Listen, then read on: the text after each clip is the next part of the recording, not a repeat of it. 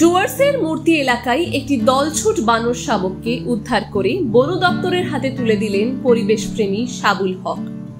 জানা গেছে, মঙ্গলবার সকালে কয়েকটি বানর গরুমারা জঙ্গল থেকে বেরিয়ে মূর্তি এলাকায় চলে আসে, যেখানে নতুন মূর্তি সেতু নির্মাণ কাজ চলছে। সেখানেই একটি বানর শাবককে রেখে জঙ্গলে ফিরে যায় দলটি। দলছুট হয়ে অসহায়ভাবে ছোটাছুটি করতে থাকে শাবকটি। স্থানীয় পরিবেশপ্রেমী শাবুল হক বিষয়টি দেখতে পেয়ে দ্রুত সেটিকে উদ্ধার করেন। পরে তিনি বানর শাবকটিকে বন দপ্তরের মূর্তি বিটের কর্মীদের হাতে তুলে দেন। এই বিষয়ে শাবুল হক বলেন, শাবকটি দলছুট হয়ে পড়ায় আতঙ্কিত ছিল। আমি দ্রুত সেটিকে উদ্ধার করে বনকর্মীদের হাতে তুলে দিই, যাতে এটি নিরাপদ আশ্রয় পায়। এই বানরের বাচ্চাটা অ্যাকচুয়ালি কালকে মূর্তি যেখানে ব্রিজের কাজ হচ্ছে সেখানে অনেকগুলোই আসছে এবং ছোটো বাচ্চাটাকে মাটা রেখে গেছে।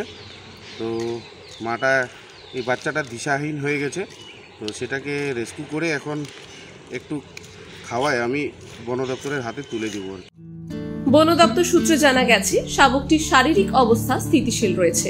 পর্যবেক্ষণের পর উপযুক্ত সময়ে এটিকে পুনরায় বনে ফিরিয়ে দেওয়া হবে। টাইমস নাও খবর।